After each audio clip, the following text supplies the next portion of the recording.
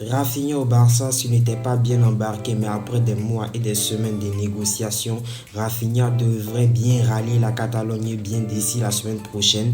Rafinha sera officiellement catalan. Il pourrait être annoncé même le lundi. Désormais, ça attend à cause du transfert de Lenglet et de Umtiti qui devraient partir respectivement à Tottenham et au Stade Rennais. Salut, moi c'est le tacticien de football et aujourd'hui je te fais cette vidéo pour te parler des derniers détails du transfert de Rafinha au Barça. Donc accrochez-vous bien, on est parti pour une nouvelle vidéo.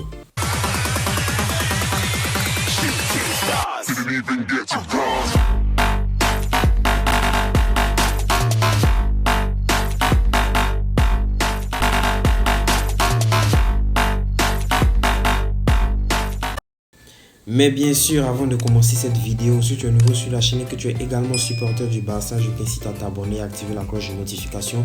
Aussi de me laisser ton plus gros pouce bleu. Allez, c'est parti. Rafinha au Barça, comme je vous l'ai dit au début de cette vidéo, était mal embarqué depuis le début. Parce que je vous rappelle que Rafinha était quand même courtisé par Arsenal et bien sûr Chelsea. On ne savait même plus où mettre de la tête. Et je vous le dis en même temps, ces deux clubs avaient fait des offres bien meilleures, voire supérieures à celles du Barça. Pourquoi ça ne s'est pas fait? D'abord, je vais vous expliquer cela. Pourquoi Rafinha a-t-il choisi le Barça? Eh bien, ma foi, c'est tout simple. Selon Rafinha, le Barça est son club de cœur depuis qu'il est tout petit.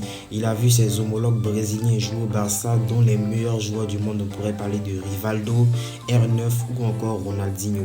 Donc, il aurait choisi le Barça déjà parce que c'est son club de cœur et c'est le club qu'il supporte depuis qu'il est tout petit.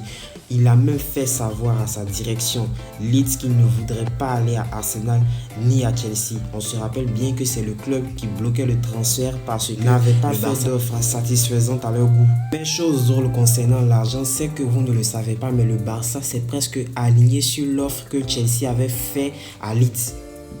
L'offre que Chelsea avait fait à Leeds était de 70 millions d'euros plus des bonus. Et bien le Barça se serait aligné sur cette offre et peut-être même aurait fait plus que plusieurs médias. Le Barça et Leeds ont jusqu'à 48 heures pour s'accorder sur les derniers détails du transfert. Pourquoi?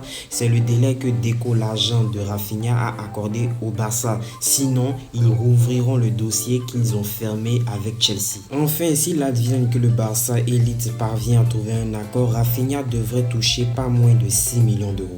En tout cas, pour en revenir au montant du transfert, ça me paraît excessivement cher pour une équipe qui est passée à ça d'être reléguée en Championship parce qu'il demande pas moins de 55 millions d'euros et on se rappelle bien que l'offre que Chelsea a formulée à Leeds était au moins de 70 millions d'euros bonus compris. Alors pour moi, une équipe qui a failli être reléguée, qui s'est sauvée presque à la dernière journée, ça me paraît quand même un peu trop cher. Même si c'est vrai que Rafinha est un joueur de qualité, mais malheureusement le Barça devra s'aligner dessus puisque je pense que c'est sur cette offre que le Barça va s'aligner et aimerait officialiser son transfert même dans les prochaines heures. Vous vous demandez sûrement pourquoi le Barça fait tant d'efforts pour recruter Rafinha. C'est tout simple et ça se résume en un seul nom, Dembélé. Dembélé, on se rappelle, il a fait sa starlette, il n'a pas voulu prolonger, alors pas du tout, à moins qu'on augmente son salaire. Eh bien, selon plusieurs médias, Dembélé aurait finalement accepté le salaire proposé par le Barça. Par la même occasion, je vous rappelle que le Barça avait diminué son salaire au moins de 40%. Et ça encore, ça dépend du Barça puisque le Barça a la possibilité d'accepter comme de refuser. Je vous le rappelle, par la même occasion, Dembélé n'est plus un joueur du Barça déjà depuis 5 voire je sais plus une semaine. Il était préférable pour le Barça de s'attacher les services de Rafinha plutôt que de compter sur une éventuelle signature de Dembélé parce qu'on ne peut plus appeler ça prolongation. Pourquoi? Parce que lorsque tu regardes sur le marché, l'un des meilleurs ailiers actuellement qui est sur le marché et encore, je précise, disponible sur le marché, ce n'est nul d'autre que Rafinha parce qu'on ne peut pas avoir un Serge Gnabry, on sait déjà c'est un peu difficile avec le cas Lewandowski, on ne va pas lui se positionner en plus sur Gnabry, ils vont nous demander 100 millions, 200 millions, voilà, on n'est pas dans ces bêtises-là.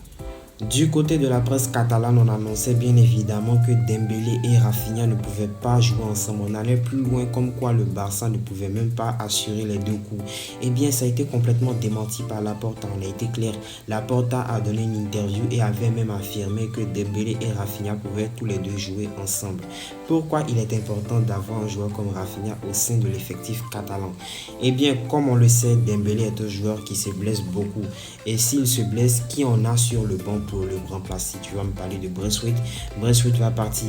Memphis Depay, ce n'est pas sûr que si Rafinha atterrisse au Barça, qu'il soit conservé. On parle même des arrivées de Lewandowski et encore un panel d'autres attaquants. Je ne pense pas que Memphis Depay sera titulaire. Et donc, ce serait important d'avoir un joueur comme Rafinha pour assurer la continuité là où Dembélé va se blesser, peut-être, je ne sais pas, dans la saison, je ne lui souhaite pas. Au moins, c'est une bonne garantie. Et enfin, selon moi, le petit plus, c'est que Dembélé va enfin avoir de la concurrence à son poste. Parce qu'il y a un moment, quand Dembélé se blessait, on attendait tous vivement le retour de Dembélé pour avoir au moins un bon joueur dans les couloirs, sur les côtés.